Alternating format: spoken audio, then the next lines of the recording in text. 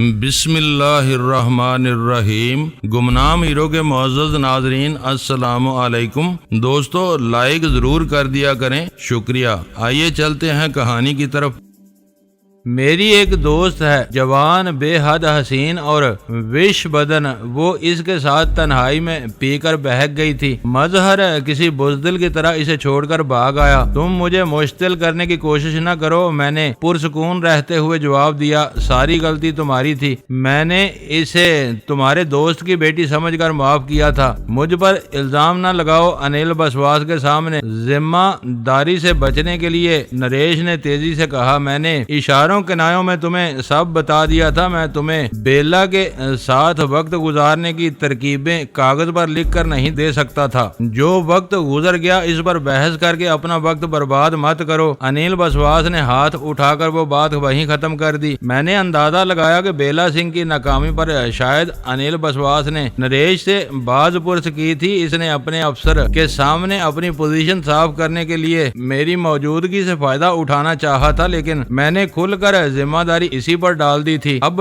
واپسی کے بارے میں تمہارا کیا خیال ہے؟ انل بسواس نے قدرے توقف کے بعد پوچھا۔ ابھی یہ مزدہ ملا ہے، ہو سکتا ہے کہ میری دوست آگرہ جانے پر آمادہ ہو جائے۔ اگلے 2-3 دنوں میں واپس چلا جاؤں گا۔ پاکستان میں تمہاری ضرورت ہے۔ تم کو شاید ڈینی کی حیثیت کا صحیح اندازہ ہو گیا ہوگا۔ نریش نے اپنے پرانے دفتر میں مجھے ریکارڈ دکھا کر بریف کر دیا تھا۔ میں سب سے پہلے اسی کو تلاش کرنے کی کوشش کروں گا۔ یہ یاد رکھنا کہ وہ زندہ یا مردہ کسی بھی حالت میں مطلوب ہے۔ انل بسواس کے چہرے پر سختی ابھر آئی۔ تم نے اسے تلاش کر لیا تو یہ تمہاری یادگار کامیابی ہوگی۔ تم تصور بھی نہیں کر سکتے کہ بھارت سے امریکہ تک میں تمہارے مرتبے اور وقار میں کتنا اضافہ ہو جائے گا۔ بھاری مالی فائدہ اس کے علاوہ ہوگا۔ میں اس کی تلاش میں اپنے سر دھڑ کی بازی لگا دوں گا، میں نے منافقانہ خلوص سے جواب دیا۔ اس روز سب کچھ میری توقع کے خلاف ہو رہا تھا۔ میں سوچ بھی نہیں سکتا تھا کہ مجھے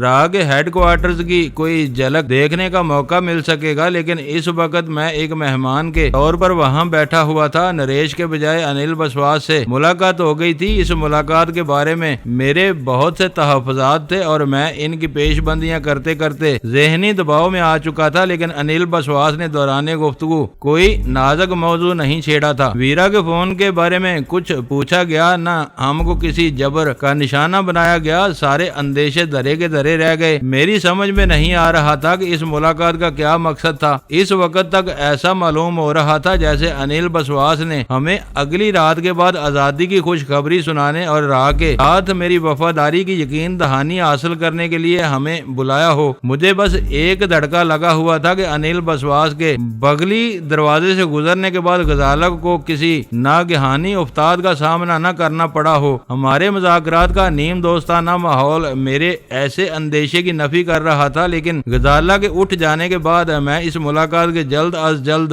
خاتمے کا خواہاں تھا۔ اس وقت میرے اور غزالہ کے ہاتھوں میں موجود دو زہریلی انگوٹھیاں ہمارے کل ہتھیاروں کا درجہ رکھتی تھیں۔ سرخ کیپسول والی انگوٹھی جان لیوا زہر خارج کرتی تھی اور سبز نیلے رنگ کے کیپسول میں پوشیدہ نوک کے ذریعے کسی دشمن کو فوری طور پر بے ہوش کیا جا سکتا تھا۔ میں اس بند کمرے میں اپنے 2 دشمنوں کے ساتھ بیٹھا ہوا تھا۔ میں انہیں چشمے زدن میں موت کے گھاٹ اتار سکتا تھا، لیکن اس عمارت کے مضبوط حفاظتی انتظامات کو دیکھتے ہوئے یہ بات یقینی تھی کہ میرا وہاں سے بچ نکلنا محال تھا۔ نریش میرے لیے ایک بالکل نیا نام اور کردار تھا جس سے میں دہلی پہنچنے کے بعد متعارف ہوا تھا، لیکن انل بسواس کے بارے میں جلال کے نظریات سے اچھی طرح واقف تھا۔ انل بسواس راہ کا ایک اعلیٰ دماغ اور بہترین منصوبہ ساز تھا جو پاکستان کو مسلسل نقصان پہنچا رہا تھا۔ اسے موت کے گھاٹ اتار کر راہ اور اس کی سازشی کارروائیوں کو ناقابل تلافی نقصان پہنچایا جا سکتا تھا۔ جلال کی یہی شدید خواہش میرے بھارت کے سفر کی بنیاد بنی تھی اور میں صدقے دل سے اس کی تکمیل کا خواہاں تھا۔ انل بسواس سے مجھے کوئی ذاتی پرخاش نہیں تھی۔ میرے ساتھ اس کا رویہ بھی مجموعی طور پر بہتر رہا تھا۔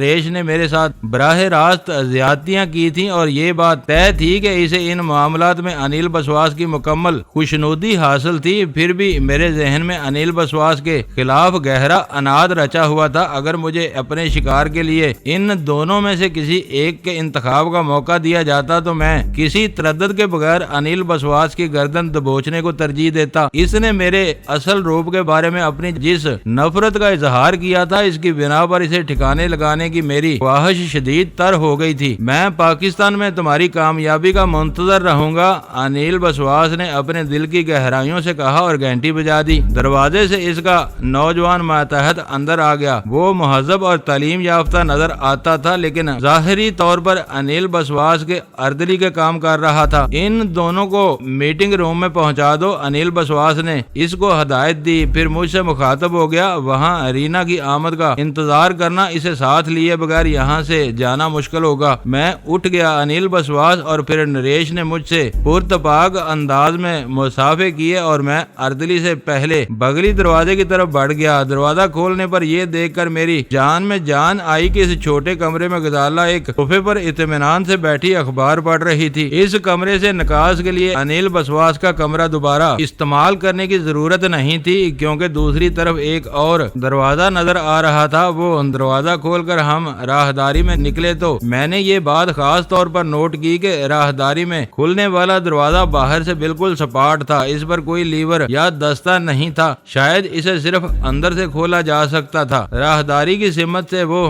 دروازہ کھولنا ممکن نہیں تھا۔ انتظار گاہ خالی پڑی ہوئی تھی۔ ہمیں بٹھا کر وہ نوجوان لوٹ گیا۔ رینا کا کہیں پتہ نہیں تھا۔ اس عمارت میں ہم کھل کر بات نہیں کر سکتے تھے، اس لیے خاموشی سے رینا کا انتظار کرتے رہے۔ کنکریٹ کی راہداری میں قدموں کی آوازیں ابھرتی اور معدوم ہوتی رہیں۔ لوگ آتے جاتے رہے لیکن رینا نہ آئی۔ یہ کہاں رہ گئی؟ 2:30 بجے غزالہ پور تشویش انداز میں بڑبڑائی، ایسا تو نہیں کہ ہمیں بھول کر کسی کے ساتھ نکل گئی ہو؟ وہ ایسی غیر ذمہ دار نہیں ہو سکتی، اسے معلوم ہے کہ ہمیں اس کے ساتھ لوٹنا ہے۔ میں نے غزالہ کو تسلی دی، مگر میں خود پریشان تھا کہ وہ کہاں غائب تھی۔ انیل بسواس سے یہ بے مشکل 10 منٹ کی ملاقات کے لیے ہمیں ہوٹل سے نکلے ہوئے 2.5 گھنٹے ہو چکے تھے۔ میں مضطربانہ انداز میں سگریٹ سلگا کر دروازے میں کھڑا ہو گیا۔ اس عمارت میں بلکہ اس فلور پر بھی دفاتر کا ایک جنگل پھیلا ہوا تھا، مگر ڈسپلن کا یہ عالم تھا کہ ہر طرف گہرے سکوت کا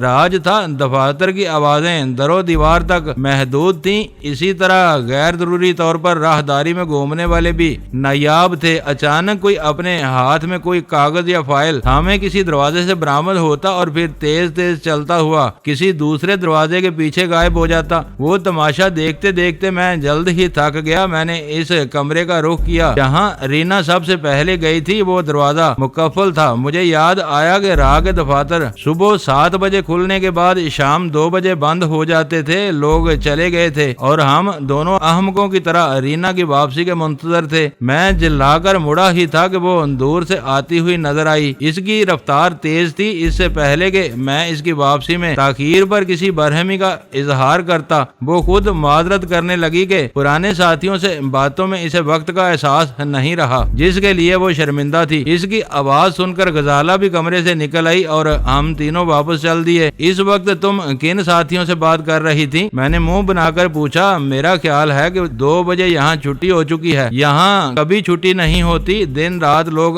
آتے جاتے رہتے ہیں۔ اس نے ڈٹائی سے کہا، یہاں رات ہوتی ہے تو امریکہ میں دن نکل رہا ہوتا ہے۔ دنیا سے رابطے میں رہنے کے لیے ہیڈ آفس دن رات کام کرتا ہے۔ علاقائی شعبوں میں ایک مقررہ وقت پر چھٹی ہو جاتی ہے۔ اگر تمہارے ساتھ کی مجبوری نہ ہوتی تو میں اب تک غزالہ کو ساتھ لے کر نکل گیا ہوتا۔ ناممکن تھا، جو جس کے ساتھ آتا ہے اسی کے ساتھ واپس جاتا ہے، یہ یہاں کا حفاظتی پروٹوکول ہے۔ وہ بولی، یہاں ایسے ملاقاتی بھی آتے ہوں گے جن کے ساتھ راہ کا کوئی آدمی نہیں ہوتا، ان کا کیا بنتا ہے؟ غزالہ نے اس کی تعویل پر اعتراض جڑ دیا۔ ان کے لیے پہلے سے نیچے ہدایت دی جاتی ہیں۔ واپسی پر ان کا میزبان خود نیچے آ کر انہیں کلیئر کراتا ہے۔ کیا تمہیں یہ طریقہ کار تکلیف دہ اور غیر ضروری محسوس نہیں ہوتا؟ غزالہ نے پوچھا۔ شاید تھوڑا سا تکلیف دہ ہے مگر انتہائی ضروری ہے۔ اس عمارت میں آنے اور یہاں سے جانے والے ہر فرد کے لیے راہ کا کوئی نہ کوئی افسر یا اہلکار ذمہ دار ہوتا ہے۔ اتنی احتیاط نہ نہ کی جائے تو دشمنوں کا کوئی بھی ایجنٹ ملاقاتی بن کر اندر گھسے اور من مانی تخریب کاری کر کے خاموشی سے نکل جائے، کسی کو کانوں کان پتہ نہیں چلے گا۔ وہ فخریہ لب و لہجے میں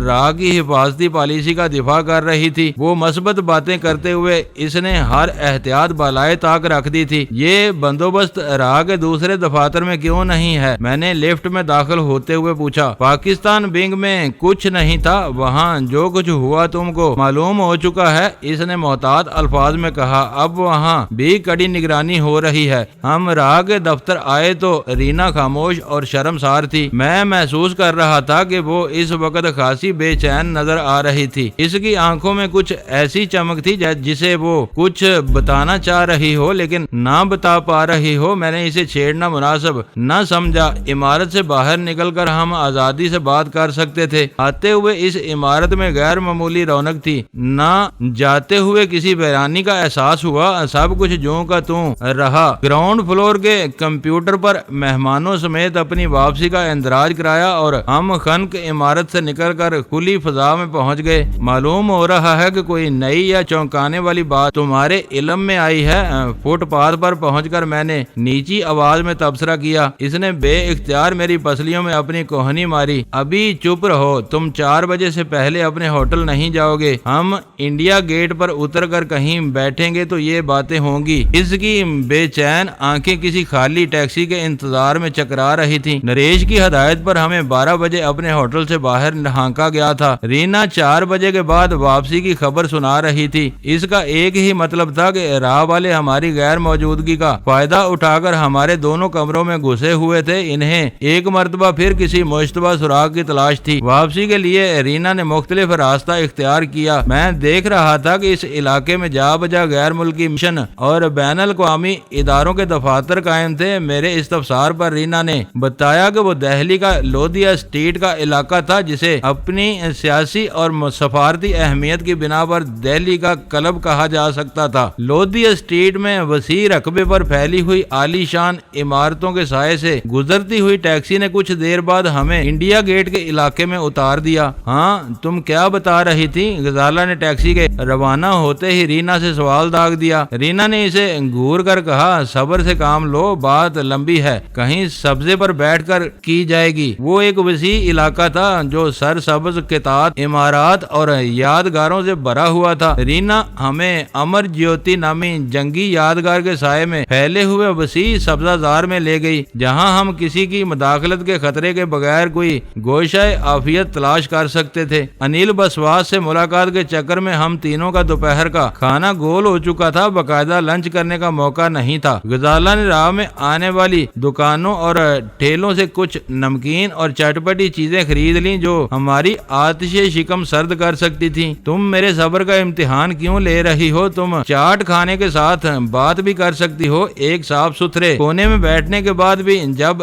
رینا نے زبان نہیں کھولی تو مجھے اس کی بے پرواہی پر غصہ آنے لگا۔ پہلے تم یہ بتاؤ کہ آج کی ملاقات کے بارے میں تم نے کیا اندازہ لگایا ہے؟ کچھ بتانے سے پہلے اس نے پوچھا۔ تمہارے انکل نے ہمیں یہ بتانے کے لیے بلوایا تھا کہ کل ہماری نظر بندی کی آخری رات ہوگی، اس کے بعد ہم آزاد ہوں گے۔ ہو سکتا ہے کہ تمہیں بلانے کا یہ سبب بھی ہو، مگر اتنی سی بات فون پر بتائی جا سکتی تھی۔ منہ کھول کر بات کرو، پہیلیاں نہ بجواؤ۔ تم کیا کہنا چاہ رہی ہو؟ کچھ وقت ہوٹل سے لودھیا اسٹریٹ پہنچنے میں برباد ہوا، پھر 40 منٹ انتظار کرنا پڑا۔ مجھے ہدایت دی گئی تھی کہ 2:30 بجے سے پہلے دوبارہ تم سے نہ ملوں۔ اب بتایا گیا ہے کہ تم دونوں کو 4 بجے کے بعد ہوٹل پہنچنا چاہیے۔ ان باتوں سے کیا نتیجہ نکلتا ہے؟ ہم 4 گھنٹے تک ہوٹل سے دور رکھنے کی کوشش کی گئی ہے۔ غزالہ نے سنجیدگی سے کہا، شاید ہمارے کمروں کی تلاشی لی جا رہی ہے۔ وہ بڑا پورا مکان نہیں، ہوٹل کا کمرہ ہے، اس کی تلاشی کے لیے 15-20 منٹ کافی ہیں۔ اوہ، تو کیا ان کمروں کو بگ کیا جا رہا ہے؟ میں نے چونک کر سوال کیا۔ تم واقعی شیطانی دماغ کے مالک ہو، رینا تھکے ہوئے انداز میں ہنس دی۔ میں نے ہیڈ کوارٹرز میں اپنا وقت برباد نہیں کیا، مجھے تجسس تھا کہ تم دونوں کو دیر تک کیوں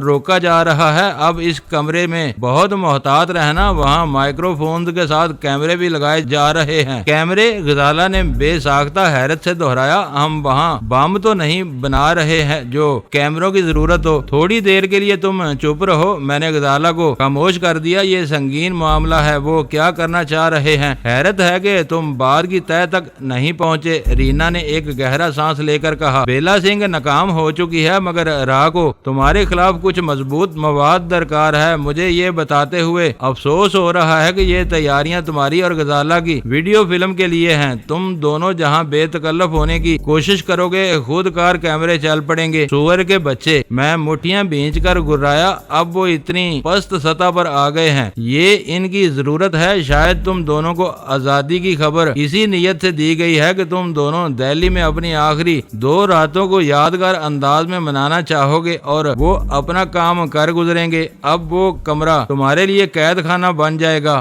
رینا کی بتائی ہوئی تفصیل سمجھ میں آتے ہی غزالہ کا چہرہ فاق ہو گیا. کیا انہوں نے دونوں کمروں میں کیمرے لگائے ہیں؟ اس وقت یہ کام جاری ہے. مجھے یہ علم نہیں کہ انہوں نے ایک کمرہ منتخب کیا ہے یا دونوں کمروں میں کام ہو رہا ہے. وہ ہمارے سانسوں کی آوازیں ریکارڈ کر لیں گے, تصویریں بنائیں گے. میں دیکھتا ہوں کہ یہ کیسے ہو سکتا ہے. میں ابھی ہوٹل پہنچتے ہی کمرے بدلوا لوں گا, بلکہ ہوٹل ہی تبدیل کر لوں گا. وہ کہاں تک میرا پیچھا کریں گے؟ میں نے غصے سے بفر کر کہا. بھول کر بھی ایسی غلطی نہ کرنا. رینا نے گھبرا کر میری آستین تھام لی. ابھی تک انہیں مجھ پر شبہ نہیں ہوا کہ میں نے بیلا سنگھ کے بارے میں تمہیں پہلے سے خبردار کر دیا تھا. تم نے آج کمرے تبدیل کیے تو ہر بات ان کی سمجھ میں آ جائے گی. میں برباد ہو جاؤں گی. میرے ساتھ تم بھی ناقابل تصور مشکلات میں پڑ جاؤ گے. تم چاہتی ہو کہ ہم جانتے بوجھتے ہوئے ان کے جال میں پھنس جائیں؟ غزالہ نے نرمی سے پوچھا. میں تمہیں پھنسوانا نہیں چاہتی. تم دونوں میری بات کیوں نہیں سمجھتے؟ 2 راتیں انہی کمروں میں گزار لو, ایک دوسرے سے دور رہو, فون پر بھی محتاط رہو. میں تم سے نہیں ملوں گی.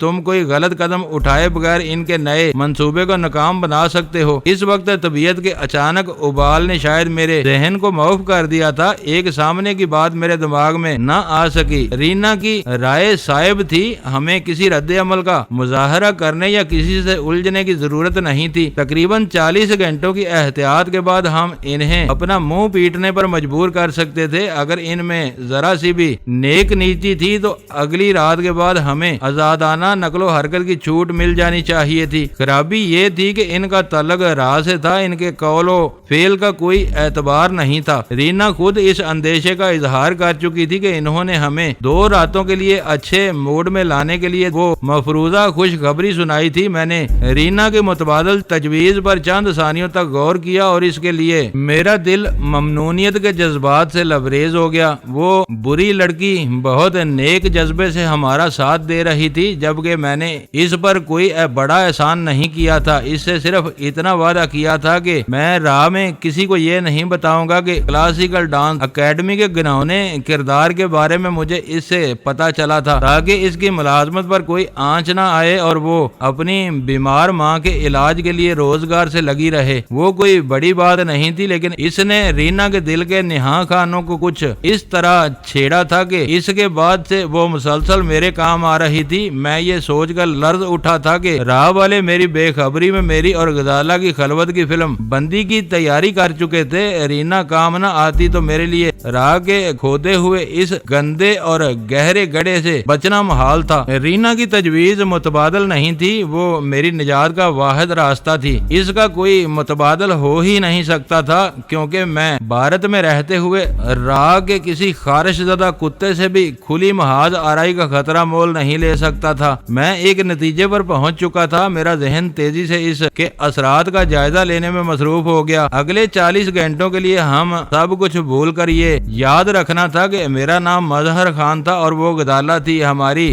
زبانوں پر آئی بی اول خان, ویرا اور ڈینی جیسے ممنوع نام نہیں آنے چاہیے تھے. CSD بیم گن اور آپریٹر سے میں نے روانگی سے پہلے نجات حاصل کر لی تھی. فون کے استعمال میں سخت احتیاط ضروری تھی. یہ وہ باتیں تھی جن سے ہمارے معمولات پر کوئی اثر نہیں پڑتا تھا. اہم ترین نقصان یہ تھا کہ آئی بی کے تینوں آدمیوں سے میرا ہر قسم کا رابطہ منقطع ہو جاتا. وہ لوگ نئے حالات سے بے خبر تھے. ان کو یہ بتانا ضروری ہو گیا تھا کہ وہ فون کے ذریعے مجھ سے رابطہ کرنے کی کوئی کوشش نہ کریں, کیونکہ کمرے میں ابھرنے والی ہر بات سنی یا ریکارڈ کی جا رہی ہوگی. اس چکر میں مجھے انیل بسواس کو ٹھکانے لگانے کا کام ادھورا رہتا نظر آ رہا تھا. میں اس کو ٹھکانے لگانے کے لیے اپنی جان پر کھیل کر ہر کام کر سکتا تھا, لیکن دہلی کے پرپیچ اور اجنبی راستوں کو جاننا میرے لیے ناممکن تھا. شہر میں اپنے کام کو آگے بڑھانے کے لیے مجھے کسی رہنما کی ضرورت تھی۔ ایسا آدمی کوئی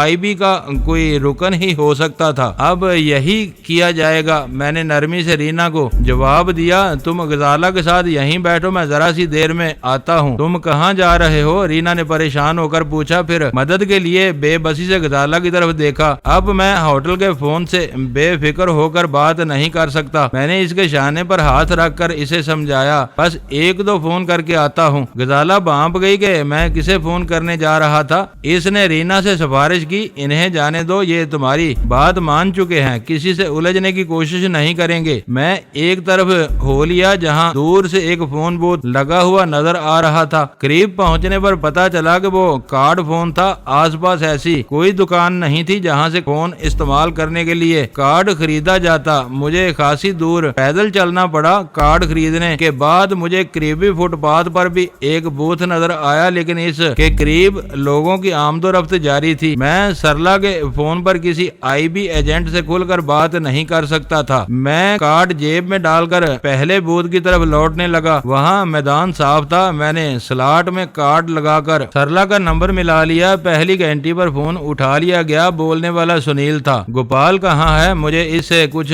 ضروری بات کرنی ہے، میں نے نیچی آواز میں کہا۔ ہمارے ہوٹل کے کمرے خطرناک ہو گئے ہیں، ہمیں وہاں سے ہٹا کر بگ اور کیمرے لگائے جا رہے ہیں۔ اب کوئی مجھ سے وہاں رابطہ نہیں کرے گا۔ میں اس وقت ایک پبلک بوتھ سے بول رہا ہوں، وہ صبح سے نکلا ہوا ہے، ہو سکتا ہے کہ تمہارے ہوٹل کے قرب و جوار میں موجود ہو۔ مجھے اس کو تلاش کرنا ہوگا۔ تلاش کرو اور اسے اسی نمبر پر رہنے کے لیے کہہ دو۔ میں رات سے پہلے دوبارہ فون کروں گا۔ یہ معاملہ بہت اہم ہے۔ تم مجھے جو کچھ بتاؤ گے میں منو ان اس تک پہنچا دوں گا۔ سب سے پہلے مجھے بنگو کے رابطے درکار ہیں۔ وہ کہاں اور کیسے قابو میں آئے گا؟ میں نے کچھ دیر تک سوچنے کے بعد کہا، یہ اسی سے معلوم ہو سکے گا۔ سنیل کی آواز سے شرمندگی کا اظہار ہو رہا تھا۔ میں کسی وجہ سے دوبارہ فون نہ کر سکوں تو اسے یہ ضرور بتا دینا کہ وہ کل رات 11 اور 12 بجے کے درمیان ایک گاڑی کے ساتھ ہوٹل کی پارکنگ لاٹ میں موجود رہے اور ہمارا انتظار کرے۔ وہاں زیادہ روشنی نہیں ہوتی، اسے خود ہمیں پہچاننا ہوگا۔ میں اسے بتا دوں گا کہ کیا تم نے یہاں سے نکل جانے کا کوئی منصوبہ بنا لیا ہے؟ وہ میرا پیغام سن کر شاید پریشان ہو گیا تھا۔ ابھی میرا ذہن صاف نہیں ہے، جو ضروری باتیں یاد آ رہی ہیں وہ دہرا رہا ہوں۔ ہر بات بہت زیادہ اہم اور ضروری ہے۔ تم 2 منٹ بعد دوبارہ فون کرو، میں دیکھتا ہوں کہ وہ کہاں ہے۔ سنیل کی آواز پرجوش ہو گئی۔ وہ فون پر آپریٹرز کا نام نہیں لینا چاہ رہا تھا، مگر میں سمجھ گیا کہ شہر کی سڑکوں سے آر کی گاڑیاں ہٹائے جانے کے بعد انہیں رابطوں کی آزادی میسر آ گئی تھی۔ وہ لاسل کی رابطے کے ذریعے ذرا سی دیر میں پتہ چلا سکتا تھا کہ گوپال اس وقت کہاں تھا۔ میں فون بند کر کے بوتھ سے باہر آ گیا اور سگریٹ سلگا کر چہل قدمی کے انداز میں ایک طرف ہو لیا۔ اس وقت میرے دل و دماغ میں ہلچل مچی ہوئی تھی۔ کئی باتیں ایک دوسرے میں گڈ مڈ ہو رہی تھیں جن کے تجزیے کے لیے گوپال سے رابطہ ضروری تھا۔ 15-20 قدم دور جانے کے بعد میں واپس ہو لیا۔ آپریٹرز پر گوپال کا پتہ لگانے کے لیے چند لمحے کافی تھے۔ بوتھ کے قریب میں نے اد جلی سگریٹ زمین پر پھینک کر مسل دی اور اندر داخل ہو کر دوبارہ سنیل کا نمبر ملا لیا۔ وہ دوپہر سے تمہارے پیچھے لگا ہوا ہے، اس وقت وار میموریل کے ویران گوشے میں بینچ پر بیٹھا ہوا ہے اور تم کو دیکھ رہا ہے۔ بوتھ سے نکل کر تم نے سگریٹ سلگائی تھی اور ٹہلنے لگے تھے۔ Well done. اگر اس سے رابطے میں دقت نہیں ہو رہی تو اسے میری طرف بھیج دو، میں اس کا منتظر ہوں۔ فون بند کر کے میں باہر نکلا تو میری متجسس نظریں دور دور تک دوڑ رہی تھیں۔ پھر میں نے اسے دیکھ لیا۔ وہ سرسبز میدان کے ایک دور افتادہ گوشے سے فضا میں ہاتھ لہراتا ہوا میری طرف آ رہا تھا۔ اس نے بایاں ہاتھ یوں اپنے چہرے کے قریب اٹھایا ہوا تھا جیسے کسی جیبی ٹرانسسٹر سے کان لگا کر خبریں یا کمنٹری سننے کی کوشش کر رہا ہو۔ میں نے انگڑائی لینے کے انداز میں اپنے دونوں ہاتھوں کا اشارہ دیا۔ گوپال کے ہاتھ فوراً پہلوؤں پر جھول گئے۔ ہم دونوں ایک دوسرے کی طرف بڑھتے ہوئے درمیان میں یکجا ہو گئے۔ دوپہر کا وقت ہونے کی وجہ سے کھلے پارک میں دھوپ کی تیزی اپنا رنگ دکھا رہی تھی۔ لوگوں کی تعداد بھی نہ ہونے کے برابر تھی۔ سایہ دار جگہوں پر کہیں کہیں لوگ بیٹھے سستا رہے تھے، جن میں بعض سفید فام سیاح تھے۔ تم ان کے ہیڈ کوارٹرز کس لیے گئے تھے؟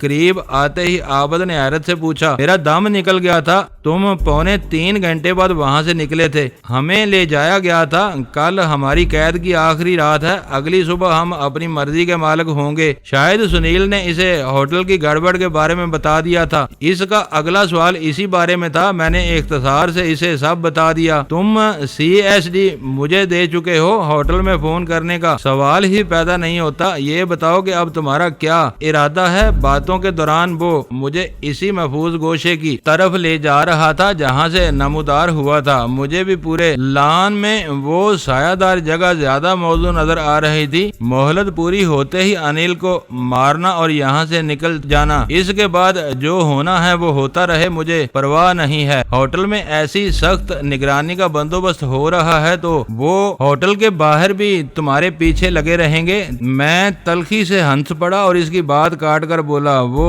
جو چاہتے ہیں انہیں میرے کمرے یا بستر سے مل سکتا ہے، وہ پیچھا نہیں کریں گے۔ اس وقت کوئی میرے تعاقب میں لگا ہوا ہوتا تو تم شاید بھول کر بھی میرے قریب نہ آتے۔ ہاں، اس نے اعتراض کیا، کسی نے تم تینوں کا پیچھا نہیں کیا، میرا خیال تھا کہ تم واپسی ہوٹل جاؤ گے، یہاں راستے میں کیوں اتر گئے؟ یہاں اترنے کے بعد ہی یکایک میری معلومات میں اضافہ ہوا ہے۔ رینا مجھے ہیڈ کوارٹرز میں کچھ بتا سکتی تھی، نہ راستے میں بات کرنے کا موقع تھا۔ اوہ، تو یہ تازہ ترین معلومات ہیں جو تم تک پہنچی ہیں، اس نے سیٹی بجانے کے انداز میں اپنے ہونٹ سمیٹ کر کہا۔ یہ مجبوری بھی تھی کہ اسے ہم کو 4 بجے تک ہوٹل سے دور رکھنا ہے۔ میں کل رات ہی انیل پر وار کرنا چاہتا ہوں، کل کے بجائے پرسوں پر رکھو، اس نے مشورہ دیا۔ ان کی نیت جو بھی ہو، تم کو دیا ہوا وقت سکون سے پورا کرنا چاہیے۔ تم نے اپنی واپسی کے بارے میں کیا سوچا ہے؟ تم نے یہ نہیں پوچھا کہ انیل پر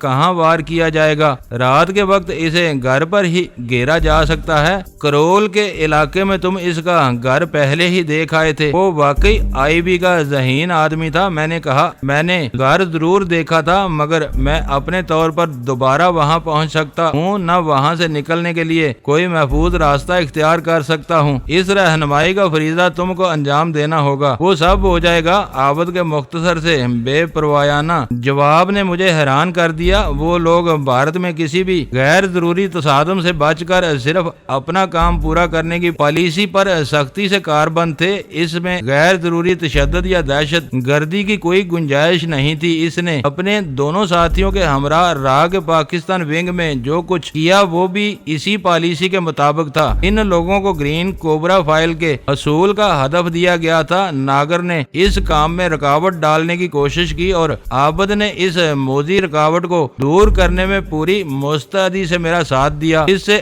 آگے جو کچھ ہوا وہ شہادتیں مٹانے اور چوری کو چھپانے کے لیے ضروری تھا۔ نریش کے دفتر میں بھڑکنے والی آگ کے شعلے سب کچھ نکل گئے تھے۔ راہ والوں کو کچھ پتہ نہیں چل سکا کہ ان کے ہاتھ سے کیا کچھ نکل گیا تھا۔ اگر عابد انیل بسواس کے قتل میں میرا ساتھ دینے کے لیے آمادہ تھا تو وہ بھی اس کا ہدف رہا ہوگا۔ ایسا ہونا بعید از قیاس نہیں تھا کہ کیونکہ انیل بسواس کو ٹھکانے لگانے کی تجویز نے سب سے پہلے جلال کے ذہن میں جنم لیا تھا اور اس کا شمار IB کے بڑوں میں ہوتا تھا۔ تم یہ بتاؤ کہ اس واقعے کے بعد تم کہاں پناہ لوگے؟ عابد اپنی بات جاری رکھتے ہوئے کہہ رہا تھا، پناہ لینے کی ضرورت پیش نہیں آئے گی۔ تم رات کی پرواز پر امرتسر کے لیے میرا اور غزالہ کا ٹکٹ تیار رکھو گے، ہم کرول باغ سے سیدھے ایئرپورٹ کی طرف نکل جائیں گے۔ امرتسر سے آگے کا سفر خطرناک ہو سکتا ہے، انہیں اتنا وقت مل جائے گا کہ وہ اٹاری پر تمہیں پکڑ لیں۔ ہم جس طرح آئے تھے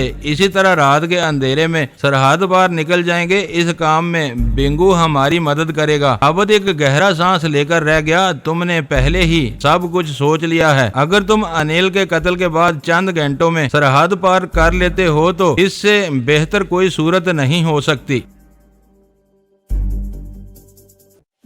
دوستو، ویڈیو کو لائک ضرور کر دیا کریں۔ ISI پاک آرمی زندہ باد، پاکستان پائندہ باد۔ معزز ناظرین، اپنا خیال رکھیے گا اور اپنے اس چینل کا بھی شکریہ۔